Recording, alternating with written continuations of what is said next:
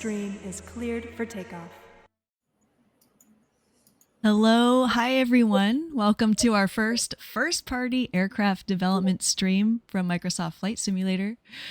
My name is Jayne. I am the Senior Community Manager for MSFS. Thank you so much for joining us today. Where is everyone tuning in from? I love asking this question. Plethora of places all around the world. Let me know. And in the meantime, I'll introduce who I have here on screen. So below me on the left, we have Jorg Neumann, Head of Microsoft Flight Simulator. Hi, Jorg. Welcome. Glad you can join. And I'm very excited to present two members of the FlightFX crew. We got Nick Sdoucos, CEO of FlightFX. Hey, Nick. Welcome to the stream. Glad to have everybody. You. And we have Marwan Gharib, flight engineer at FlightFX. Welcome to the stream. Hello, everybody. Super excited to have you both. Nick and Marwan are here to present a fun, in-depth look at what they and their team have been hard at work creating for Microsoft Flight Simulator 2024. This isn't a regular developer stream. We won't be taking any general questions about 2024. However, during Nick and Marwan's presentation, there'll be specific moments where you can ask questions for them regarding their work and their aircraft. So feel free to ask those in chat when we get there. I'm just checking over chat now of all the locations. We got Colorado, Netherlands, France, Orlando, Sweden. Welcome. Glad you can make it. All right, we'll kick this off. Jorg, if you want to get started. Yeah, hi everyone. Thank you for joining. So we're trying something new today, as Jayne just said. So this is not the typical Seb, Martial, Jorg Dev Q&A, but rather the first in the series of show and tells leading up to launch. And I said it a few times that we are building this new sim for the community, but also with the community. So these show and tells are really intended to provide a platform for our first-party development partners to showcase their awesome creations for flights in 2024. And initially, when I put the little schedule together, I thought we would have a few teams joining today, but then everybody told me, hey, Jorg, we're working on release candidates. Why we're going to show up next week or the week after that. So today we only have one partner team here, but a great one. So FlightFX, and they will present 3 aircraft that they are contributing and developing for the upcoming launch.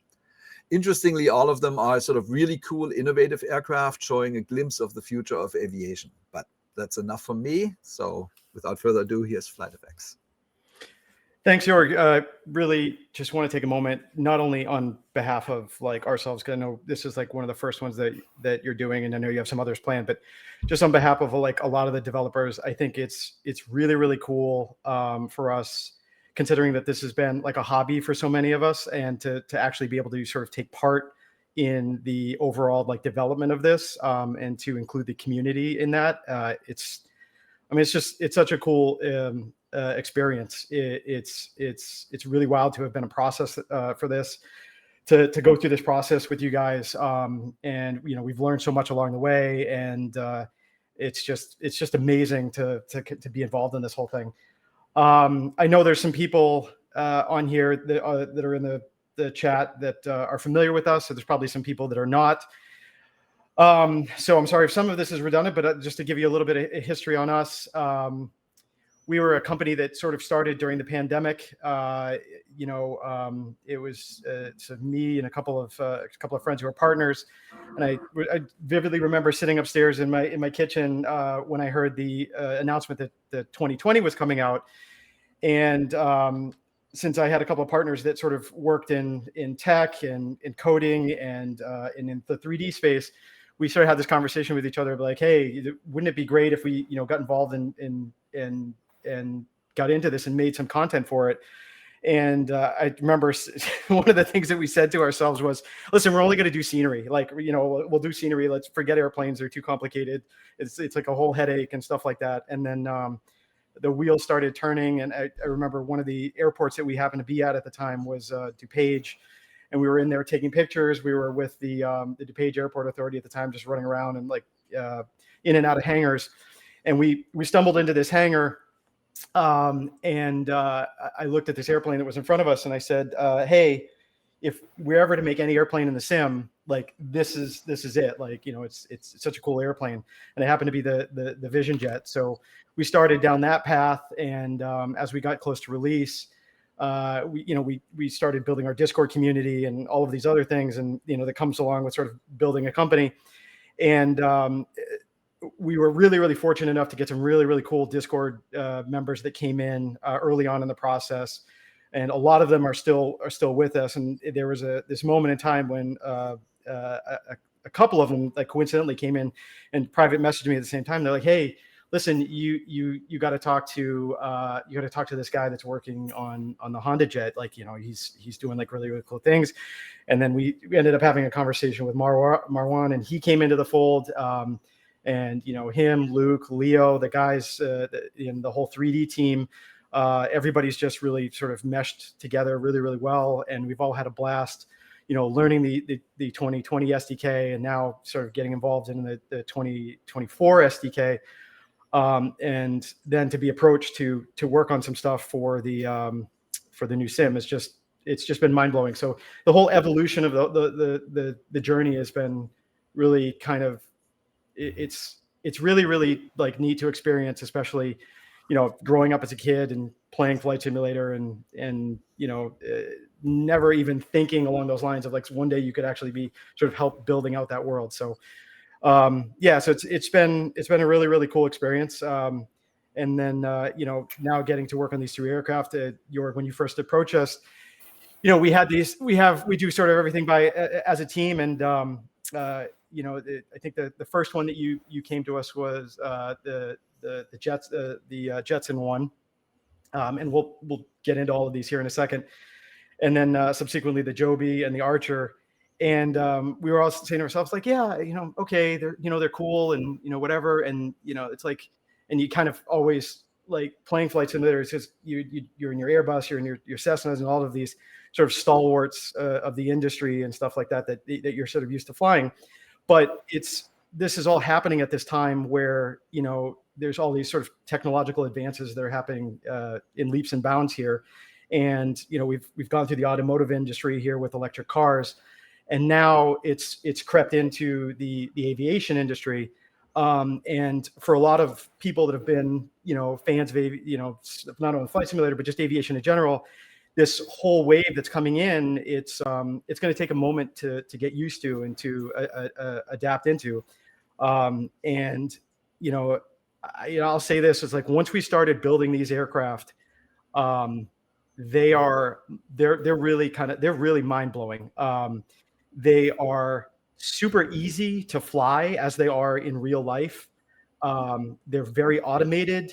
They're very user intuitive. But so much goes on in the background in order to get these aircraft there.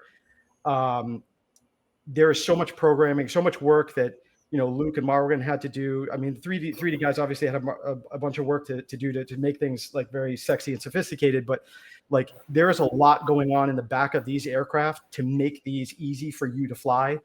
And we really stretched the boundaries of the sim to make these aircraft like really enjoyable, really, really close to real life as we understand it. Because the other funny thing about these three projects is that all of these aircraft that we were working on still at this moment are evolving in real life. So we had to evolve with them in the development cycle, which was another layer of difficulty in producing these.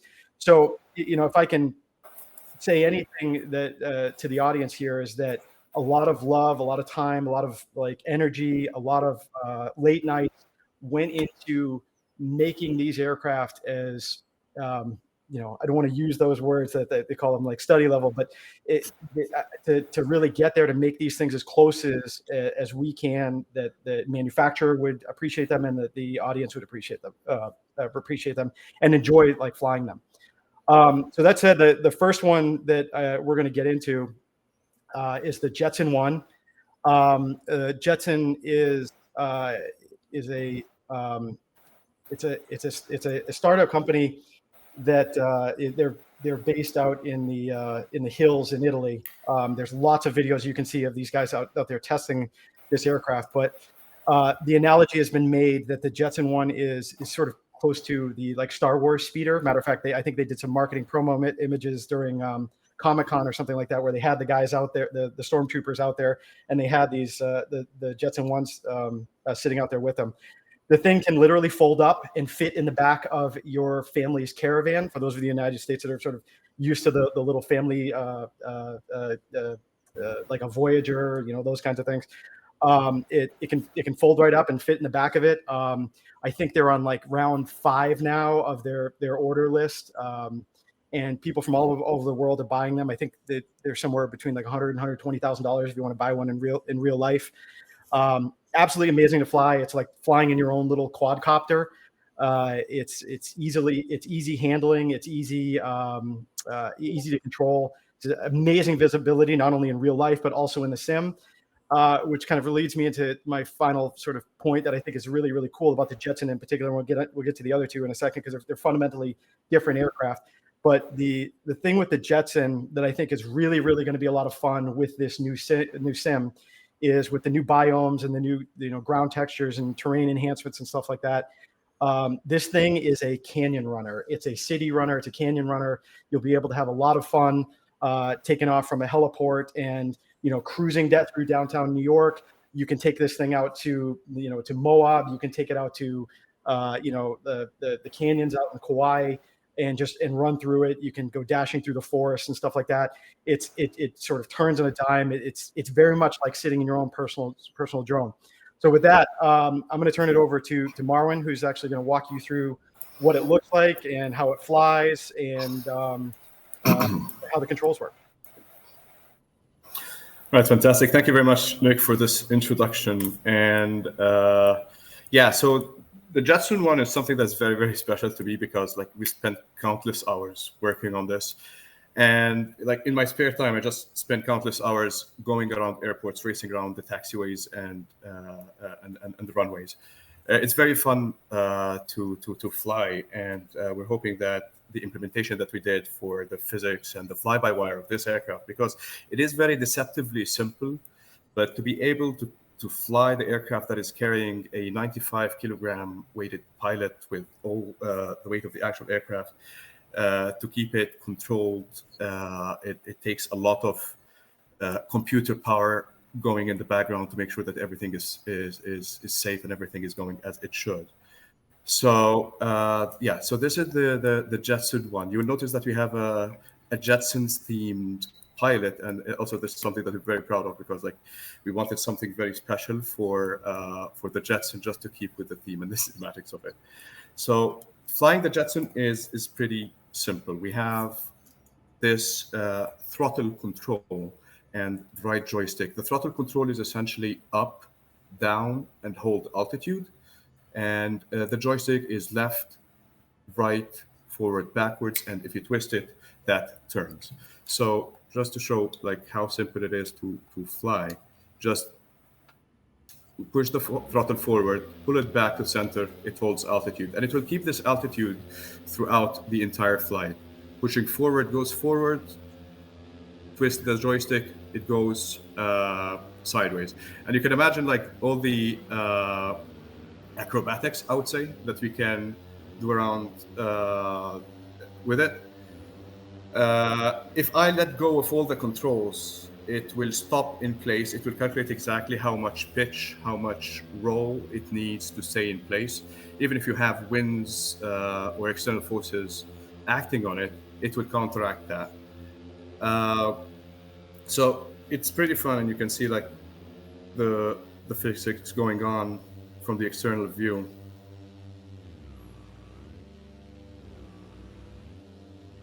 Just to give an indication of how maneuverable it is. And one of the best things about 2024 is how high definition and high resolution the graphics is. It's essentially mind-blowing. And being this close to the ground, flying through the valleys, canyons, the rock faces, I think it's the perfect airplane to actually showcase the amazing level of detail at the terrain level that we have from Microsoft in 2024. Again, you could stop leaving the controls. It stops in place. I can go left, leave it. It will calculate the exact amount of roll, pitch, and yaw to stay in place. Landing is as simple as just pulling this down and getting it on. And that's it. It's a very simple aircraft to fly. It's tons of fun. It's amazing running through like tracks and fields and just following the road, racing the cars, seeing what the world has to offer in 2024. And there is a lot to offer there. And just a quick clarification question. Can we confirm that today's presentation in the sim is in 2020 or 2024 for the audience? Yeah, this is indeed 2020. So I'm here at the Dubai airport in 2020. This is not 2024. Okay, thank you so much. Yes. Yeah, I think it's totally fair to say that if for any of you that have like a DJI Mavic or something like that, a drone like at home, the controls will feel very, very intuitive. It's a identical principles, I think, apply to both. I mean, this is a passenger carrying drone. It flies like one. It feels like one. It turns like one. It operates one. With the exception of like some of the acrobatic drones, Marwan, probably is fair to say.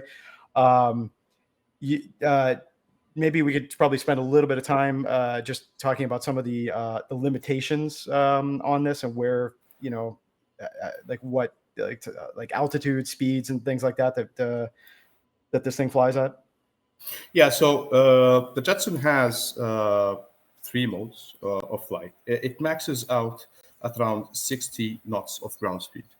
Maximum altitude of operation is around 20,000 feet. However, it's really designed to be more of a ground hugger. So we're talking about elevations of maybe 3 to 5 meters off the ground. This is where it really shines. It has a battery life of 20 minutes. So it's more of a recreational vehicle. So you would think about this more of a jet ski or a recreation vehicle. It's not really designed to move or like go from point A to point B. Yeah, and it's funny you actually brought that up because I remember when we were looking through some of the company like history and stuff. I was spending some time on their website the other day, just gathering some information for this call, and I was looking through the orders, right, the order lists, because it says like like it's not even the person's name, it just says like Bob, and then it's like a town, right? And it's funny looking through the list of like the people that bought them. There's some of the usual suspects, like you can see, because it'll say like the destination, like city, right? So there's some usual stuff like San Francisco, Santa Cruz, there's, like Paris, London, LA, like those kinds of things. But there is a ton of people that have bought it that are actually in the middle of like farm country. And my suspicion is that, you have some of these like giant ranches that, exist like in Europe and the United States and stuff like that, and people that own like large scale swaths of property. And this thing actually becomes a very, very useful tool to get to the other side of your farm, right? That's like 6 miles away, and then you got to come back and stuff like that. So I was sort of struck by, I just found it very, very interesting to see all of the orders and like some of the different places that they were going to. And a lot of them it's just rural farm country, towns that had like 500 people in it or something like that. So I saw that was interesting. And then also remember that there was a conversation with the manufacturer at one point that they also felt that one of the big markets for them too would be, and it's funny because you say the jet ski thing, but getting into like rentals at like tourist destination areas and stuff like that. I'm so interested to see if that comes to fruition, just because there's you lose power in a jet ski and that's it, you stop. But like, the Jetson, it's a different animal, but it's very, very easy to fly. You can pick it up in, a few minutes and stuff like that. So it's a really, really cool vehicle. And again, I just think, especially in the new sim with a lot of the upcoming terrain features, the new biomes and stuff like that, this thing's going to be absolutely wild to explore and exploit those features.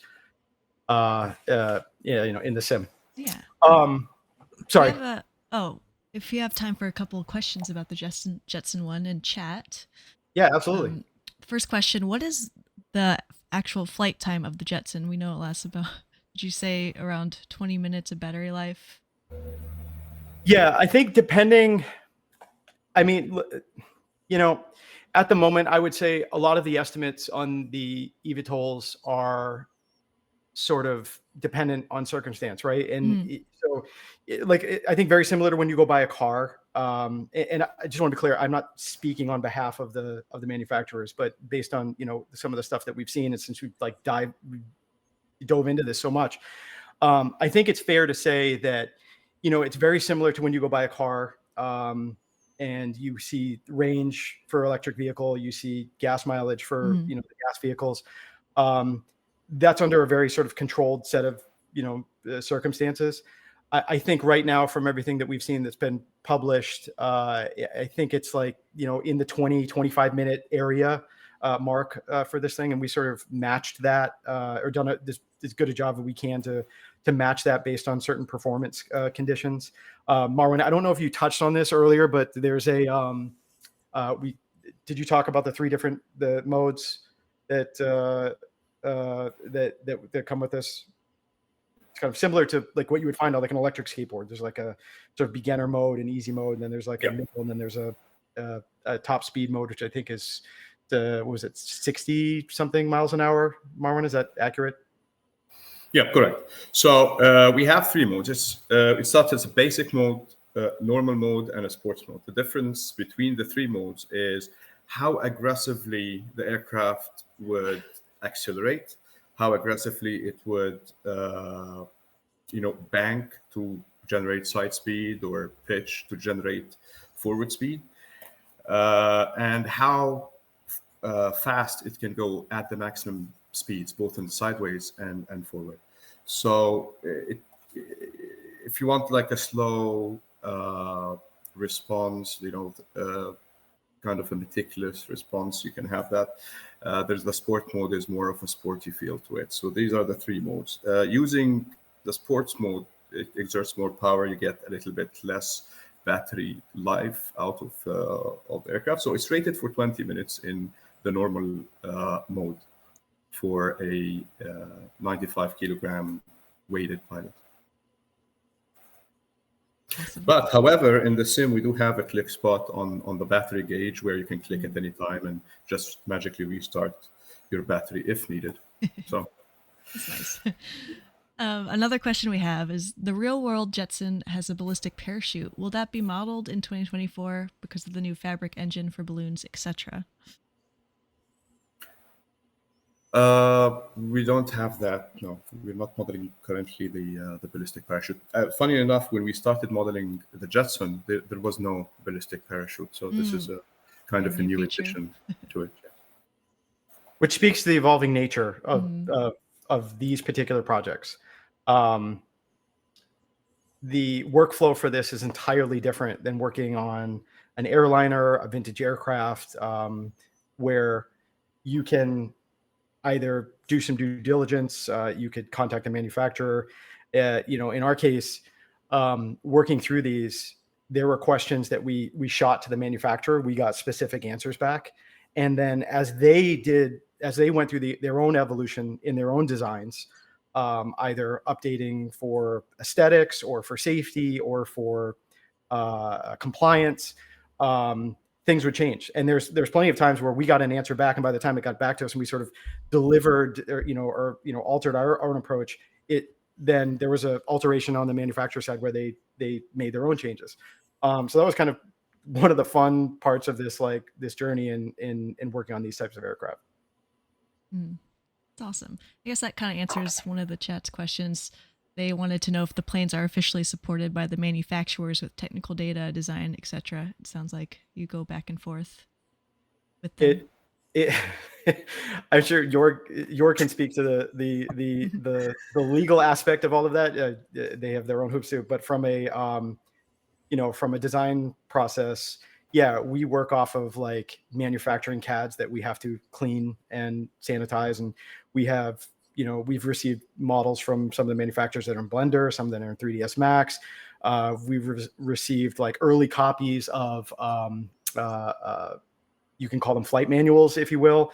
But again, and I can't say this enough, and it's sort of I'm sure my guys are back in the office, right in the studio right now, laughing about this as they're saying it. There were times when we would get stuff from the manufacturer and we would look at it and we go, okay, wait a minute, hold on. This doesn't line up to this picture. Wait. And it would like spawn this like loop of like more questions and more back and forth. So again, this sort of speaks to like for us, FlightFX, like, you know, we're super like detail oriented. Like we love the small things. We like to try and make things as perfect as possible. We like to like close all of our loose ends and stuff like that. And working on a project like this, like all three of these, where the real life airplane is evolving as you go along, it creates like this loop, this like feedback loop, and you have to sort of deconstruct the way that you typically like work through these projects, because, you know, we all want to get them like as perfect as possible, right? Not only do we want to, you know, please, of course, you know, Jorg and Microsoft, but we also want to please like you guys, because the funny thing is, by the time you guys get these things, there's a good chance that there'll be even some more evolution to the, you know, product, like a seat will change or like an interior will change and stuff like that. So yeah, that's all been. I mean, I would say it this way: right? We are as tightly integrated to this real world development team as we can. We scanned the plan, we scanned it, we recorded it, we get feedback from their test pilot, so everything is as tight as humanly possible. So I think, and I think the relationship between FlightFX and the manufacturer has been excellent. So all very good. And there's a couple of questions that I think are important, Marwan, about the flight model. Jayne, I don't know if you caught that one. Yes.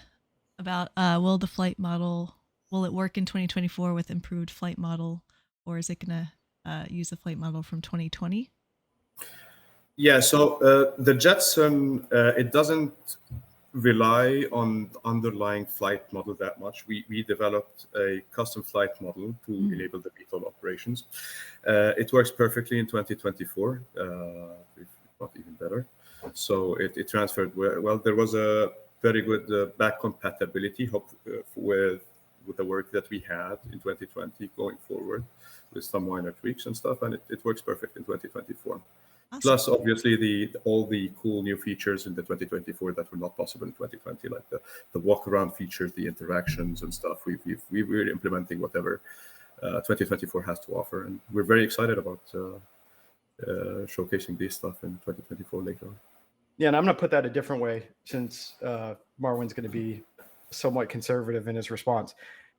Luke and Marwan and the 3D team, they really stretched the limits of everything that we had with the sim, both what we know today of 2020 and the evolving nature of the development cycle for 2024. They had lots of late nights, just trying to align things and making them as perfectly as possible. And like, I think the short answer to that question is it's neither. It's its own custom sort of flight model that really kind of stretches out the boundaries of what we know of the sim at this moment. Let's move on to the next one. There's 3. Yep. All right. So let's talk about the Joby. I think for some of you who've been around FlightFX, you probably heard me say something similar to this before. When we did the Vision Jet, one of the cool features of the Vision Jet was that it had this beautiful, expansive like cockpit, this massive window that you could sort of see everything. And this ties back into some of the these like new features in 2024 with the visuals and the terrain. And I've also said this before, and I think this is another aircraft that applies to this. This is very much like a Tesla with wings. Mm-hmm. It's very automated. The flight model is very automated, especially with the transitions. And in both the Archer and the Joby, I think one of our internal team members had said, if you wanted the best of a drone, an airplane, and a helicopter, and you want to put all 3 of them together, this is what you get. You get the Joby and you get the Archer. The Joby is it's actually got some kick to it. I think it tops out at like 180 knots, 85 knots, I think, and some change depending which way the wind is blowing. It's got this beautiful, expansive cockpit. The purpose, the mission statement for both of these aircraft is fundamentally different than what you get with the Jetson. These are aircraft that are built to sort of compete with like an Uber type setup. I'm sure there'll be other applications for them. I know there's some interest in the military. There's been some investment with the military with some of these for a whole host of other reasons. But at the moment, they're primarily built to ferry people from airports to cities, to purpose-built like locations where then they can sort of go off and do the things that they need to do. I'm really looking forward to. I think this is going to be one of those aircraft that like everybody's going to jump in and they're going to be like, okay, cool, and they're just testing out all these new aircraft. And this one, the Archer, is going to be one of those aircraft that they sort of jump in and their expectations will be sort of here, and where they're going to walk out of it at a much higher like sense of satisfaction. Where this thing is, it's cool. It's fun to fly. It's nimble. Both of them are sort of nimble, and they kind of zip around. They can do some of the stuff like Jetson, where you can sort of pivot and do your little turns and make your ways around the city and stuff like that. But I think let me say this, one of the things I've been talking about with my team, where I think some people are going to have fun with both of these aircraft, is for those of you guys that like to jump on VATSIM. I would encourage you that when 2024 comes out, jump into this thing, get on VATSIM, and just mess with the controllers, because they're going to treat you like an aircraft. They're going to try and figure out what to do with you. Your approaches, your lineups, the way you take off. It's going to be kind of like a helicopter. They're going to ask you what you are, what you do, and how you're supposed to be handled. So and you're going to be buzzing around their airspace and constant communication with them. So there'll be an element of fun there to have. So that let's jump into the Joby first. They both look a little bit different from each other. We can point out some of those things here in a second. But Marwan, let's talk a little bit about the Joby first. All right, fantastic. So the Joby, it seats 4 passengers and a pilot. This is one of my favorite aircrafts of all time. I'm a little bit biased, but the reason is it flies faster than a Cessna, can take off and land vertically. So it's really awesome. A lot of the work that has been gone into implementing the unique characteristics of a tilt rotor in the sim is having the vector thrust, how you take off vertically, you transition, how the weights and pitch and forces lift your drag, how everything is balanced. And in the olden days where you had tilt rotors, these were very, very complicated, very difficult to fly. The fly-by-wire aircraft that we have today, they have all the brains to simplify the process. And when I show it now, you'll see how easy it is to actually transition from a helicopter setup to zipping down the runway and flying faster than a Cessna. It's a fully featured aircraft. Again, like it has a proper Garmin G3000 system.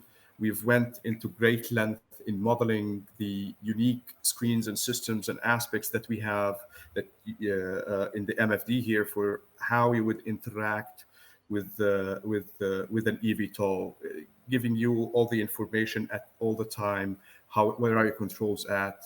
What are the angles? What is your range, your data, etc. So it is a proper aircraft. We can do proper flight planning from A to B.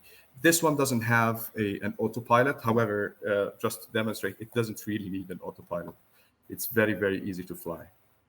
So first thing we can do, I wanted to show how we taxi on the ground.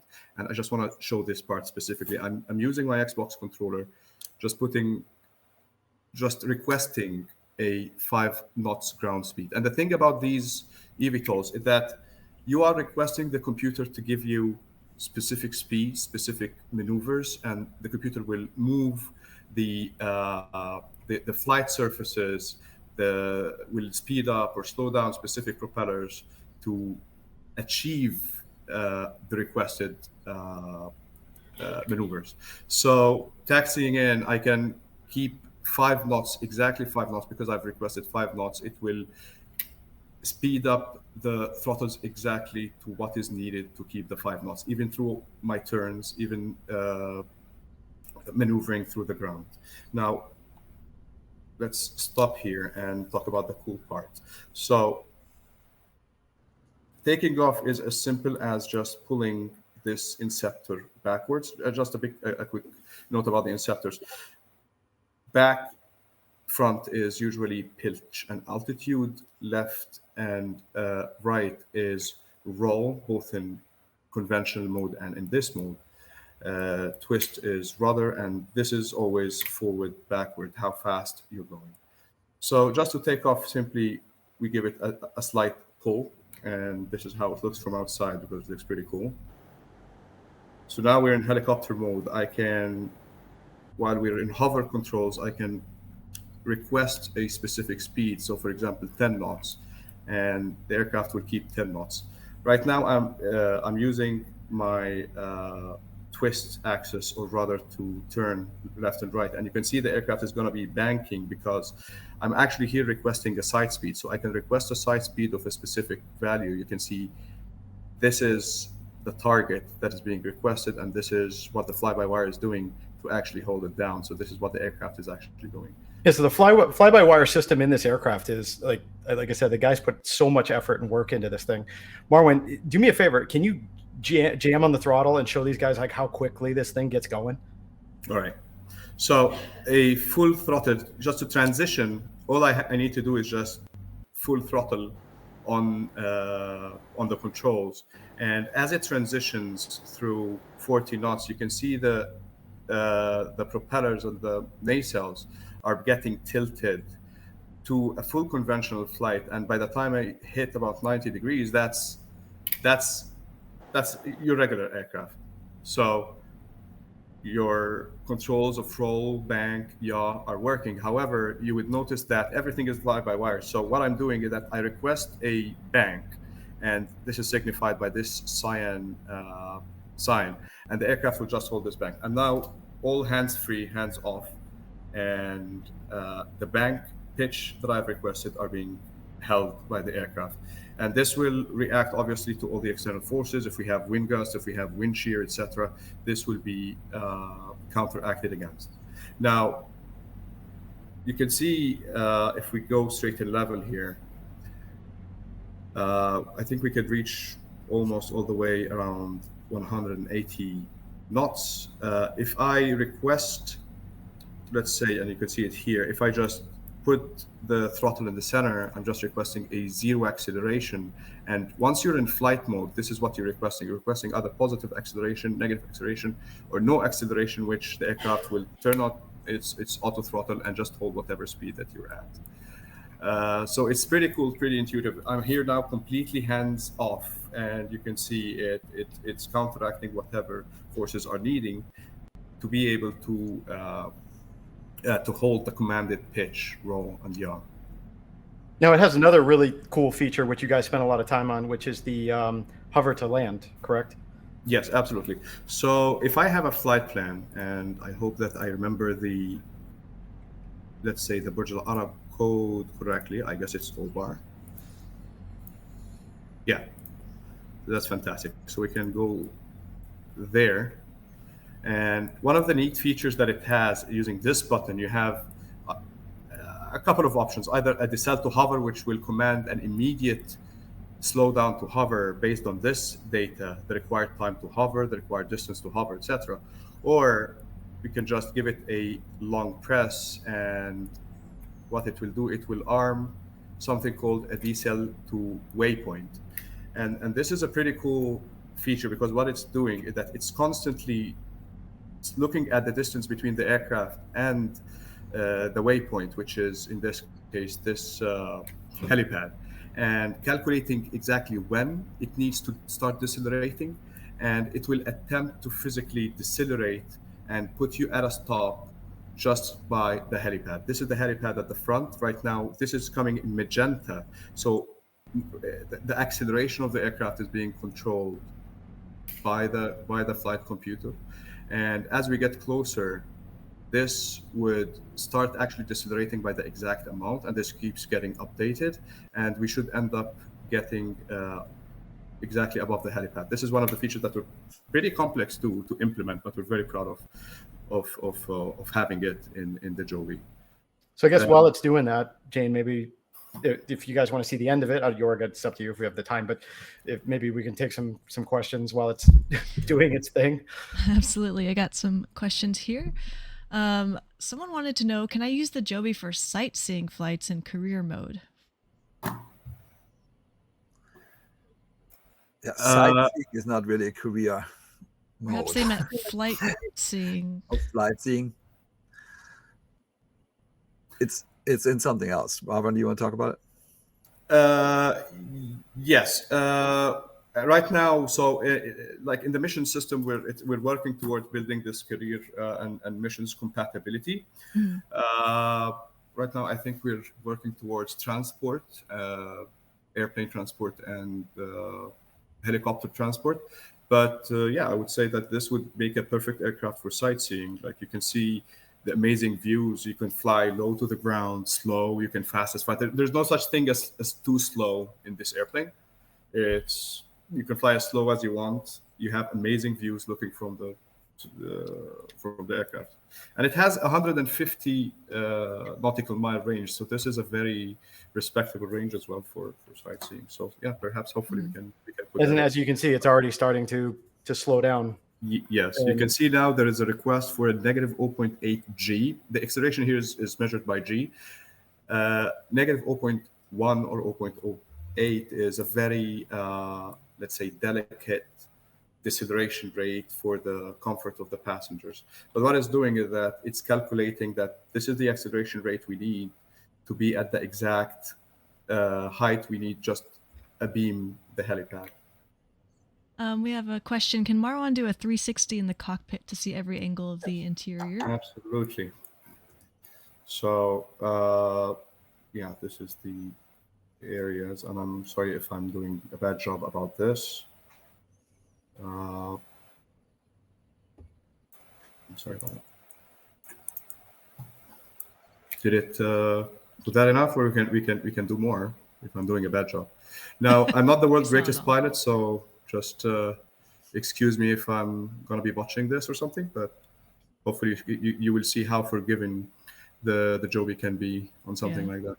Yeah. Last question here, possibly for Jorg. They said, not sure if you can disclose this, but by showing these aircraft in 2020, does that mean they'll also be released for the sim or 2024 exclusive? So it's a case-by-case thing, actually. So we always said we're going to support flights in 2020. So there is a high-level goal I have that over time, 2024 planes also come out in 2020. Not all of them will work simply because of tech, but this one might. As you see, it's working now. So the timing isn't determined yet. Gotcha. No pressure, Marwan. Yeah, I'm in the ocean. I'm doing great, by the way. Feels like a landing challenge. It is, but actually, like, we can, we can do good in landing challenge every time. Yeah, we also spent some time with both this and the Archer. I know the guys put a soft landing feature in it to sort of help you stabilize your approach and do a nice smooth touchdown, so you don't slam it in. You can see how it'll just settle itself on there. Yeah, like I said, this and the Archer, they're unique. The audience is gonna have to get used to them a little bit. It's just it's a whole different animal. It's a whole different kind of flying. It's like, an Osprey and a Cessna had a kid here. But they're fun. I mean, both of these aircraft like really grew on our team. As we kind of just got used to them, playing them and getting familiar with them. Any other questions before we go to the Archer? I don't believe so. Let's go to the Archer. All right. So the Archer, same concept as the Joby. I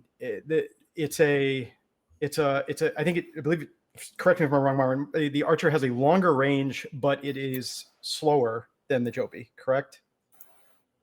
Yeah, it has almost an equivalent range of around 140, 150 knots. It is slower. The Archer has a distinction of being able to take off and land in a conventional manner. The Joby doesn't is not really designed to take off and land in conventional. They want you to always take off vertically and land vertically and then transition. Archer can do both. If you want to land conventionally, you can land conventionally. If you land like a helicopter setting, you can land like a helicopter setting. Yeah, and the Archer, when you look at it too, it looks and feels a little heavier.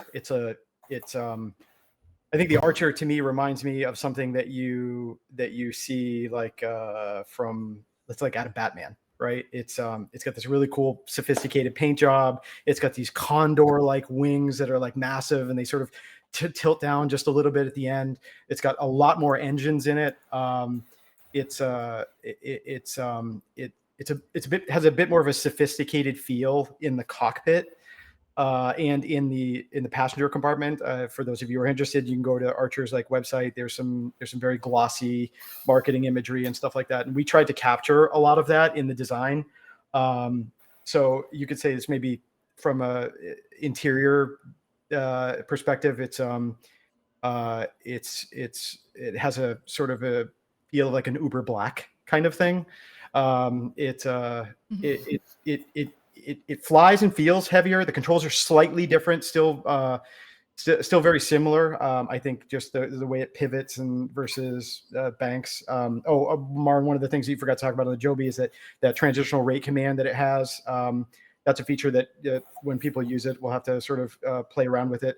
The Archer doesn't. It doesn't have this feature that you turn on and off in hover mode. So there are some subtle differences in the controls.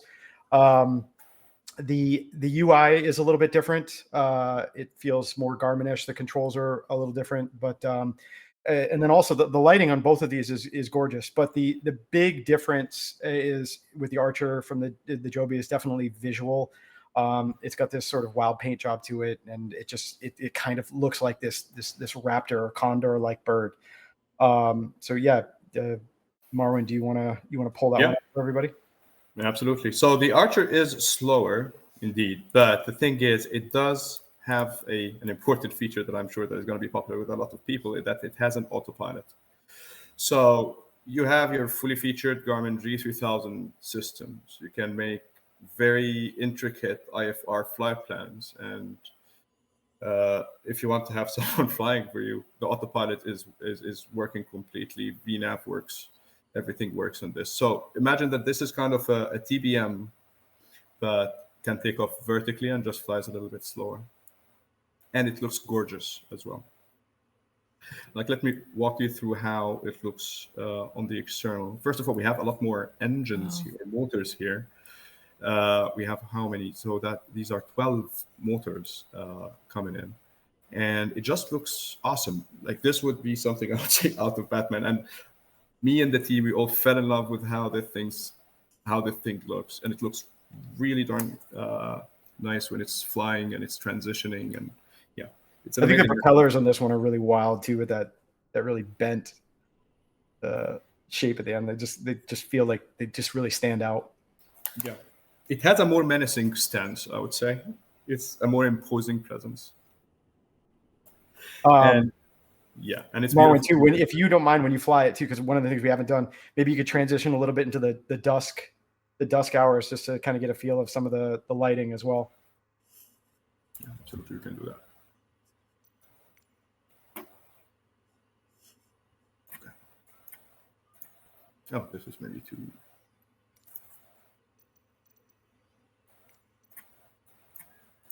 Reading a comment from chat. This is great. Thanks for this type of stream. Would not have looked twice at these aircraft in the sim, but getting to know all about these neat features and all that goes on in the background, I'll definitely try them and enjoy that. Thank you so much. Yeah, absolutely. I think these aircraft, it's easy like to look at them and say, okay, they might like be. They're non-traditional. Yeah, they're non-traditional, but this is the future of where a lot of the stuff is headed.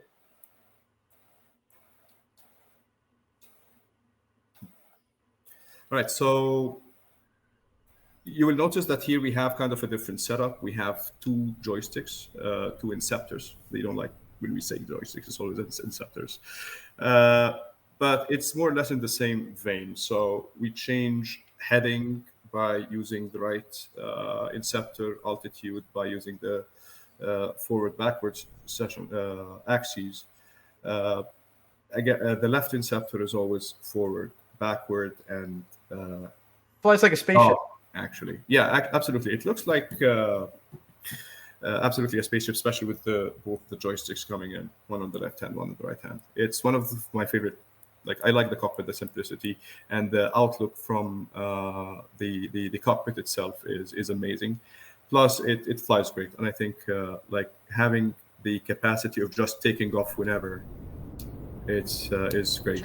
One thing I want to highlight also is that in this one we can go backwards as well. So this is great. So again, we can hover around. We have more of hover controls going in.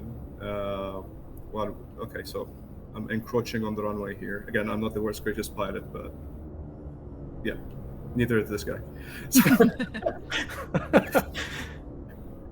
all right, so this is hover mode. We're limited to around 30 knots of forward speed. Again, we have full control over the speed of the thing. If I want to hold the speed, slow down, I just pull back my throttle and it stops. If center this, you hold your place, move forward. You move forward to a speed that is dictated by how far you move forward. You want to move backward, just pull it backward. It's very intuitive. It's very easy to get your head around. Now, just and to transition, you can see here, this is hover mode, and we have, this is a unique thing also about Archer, that we have this PL, which is the powered lift is enabled, and actually here we can turn off the powered lift and not use the vertical back thrusters, but obviously there would be a lot of safety features there that would not allow it. Like if I close it now, it will not do it. But to transition into full forward flight, it's as simple as just taking this button, moving it forward. We go into speed mode, which is essentially a conventional mode. So again, we're flying like a conventional aircraft, like a Cessna, fully fly-by-wire. You point it where you want, you leave it, it keeps it. It's again extremely easy to control. So it has an auto throttle. So if I move the throttle back to the center, it will automatically go into a speed hold mode, where it will attempt to hold whatever speed I was at, which is in this case was around 94 knots. So that's how we fly it. To transition back and land, let's say, vertically again, all we have to do is just pull back the throttle, add a transition below the VMSS speed, which is the minimum safe speed. It starts to push out. And I want to show this transition if maybe I missed this one, showing it on the Joby. So just looking here, you can see how the motors and the engines are tilting forward. It tilts exactly precisely by the amount needed to hold the altitude and not drop the aircraft. And this took a lot of mathematics, by the way, to calculate exactly how much we need. Took a lot of mathematics. Oh yeah, absolutely. How exactly much thrust that is needed in which direction. Again, these especially these last two aircraft, they're extremely complicated on the back end. To get them to perform the way that they do in real life is very complicated from a mathematical standpoint. And we probably spent a lot of time on stuff that people wouldn't necessarily even pick up on. Yeah. So you can see what happens when we pass the 90 knots mark. No longer do we need the vertical thrusters and everything else. So this is a purely conventional aircraft now. The thrusters, they turn off and are being stowed in the direction of the wind in order not to generate any unneeded drag. And again, we can land in this configuration if needed, or we can just simply land in the tightest spot using our eVTOL, our vertical takeoff and landing capabilities. Question from chat. Can this be bound to be controlled by a home cockpit that only has one stick? Right now I'm using the Xbox controller. I've also used it with a single stick and a throttle. It works like that. The way that we have the controls laid out is this is controlled by a regular joystick. This joystick is controlled by a throttle forward and backwards and a rudder axis left and right.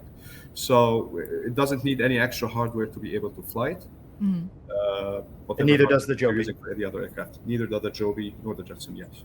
But this one might like be, because you see two joysticks, maybe you would think that, hey, I need two joysticks to be able to fly it. Your run-of-the-mill typical hardware joystick throttle combo is enough to keep it. And actually, to be honest with you, you'll probably find that flying this with an Xbox controller is the easiest and most intuitive way to handle it. See, will there be out of the box control profiles for aircraft like this? Yeah, and matter of fact, it's probably also worth touching on that we created 3 really robust manuals for these, with a lot of information that'll be helpful to people. I think this one, the one for the Archer, is like 60 pages or something like that at this point. The Jetson one is probably the smallest and most condensed, because I think that one's there's just not as much going on from a user interface standpoint. But I think most everything a lot of the questions that that people will ask, we even threw in a frequently asked questions section that will cover, I think, most everything that people will need. And I think in one of them there was a couple of findings that you need to find, and I think we listed those as well, but they were all standard. So awesome. Yeah, and the thing is, yes, I'm sure we're going to be having shipping for 2024. There is a feature where you can ship with your own controller setups per developer, which I think is a very, very useful feature, and we're definitely going to be making use of that. All right, I think that'll cover today's stream. If there's any last minute questions, feel free to ask. But to Nick and Marwan, thank you for that presentation. I just want to say this again. Yes. This today was an experiment. Give us feedback. We will, like always, listen. I didn't say anything. I think, Raul, you got this right, because this was really the time for FlightFX to show off their wares, and I think it's really cool. Yeah. Somebody asked a question, how do these factor into the career? Both of these last two are in the flight seeing mode, as you know, and on the rotorcraft personal transport mode. Okay. So yes, they will be usable, and I totally agree. Somebody said these are going to be great exploring stuff like the Grand Canyon. Yeah, for sure. I think they're perfect for this. I think that I've learned some stuff here that I think is interesting. We should have or could have shown this in 2024. We probably should have done that. So we would do this in future sessions, and makes perfect sense. We just honestly didn't think about it. And we will do these once a week. So we have quite a few first-party partners. I think there's 14 or so that make aircraft. Today was all about eVTOLs and future-facing things, and thank you for FlightFX for coming. And you're the first to come. It's always a little bit unnerving to be first in something, but I think you guys did great. And then next week, hopefully, there will be a few more devs. Like I was shooting for 3 to 4, as I put on that slide a few weeks ago, but people are busy finishing. Oh yeah, I wanted to say both Archer and Joby are testing this right now, actually. So we're going to get a little bit more feedback on things. But we are, as you can see, they're mostly done, almost done. And then we're launching next month. Yeah, thank you. Appreciate you having us on. I know there's going to be some other devs that come on after us. Like I said, we all worked really, really hard. This is a cool opportunity to showcase this stuff. It's probably a little different than what some people are on the stream are used to. And some of the other ones that are going to come after us and showcasing their stuff. Just remember, I mean, it's like we've been on this track now for months. So this is the first time we've actually been able to sit in front of you guys and talk to it. So it's also a different place for us to be in. So thank you again for having us on. Awesome. All right, everyone. Thank you so much for joining. Have a great rest of your week. For those who are interested, we have our community Fly-In Friday this Friday. Join us for a gorgeous flight with community manager CDL. Until then, we will see you next Wednesday for our next aircraft development stream. Have a good one. Bye, everyone. Bye, y'all.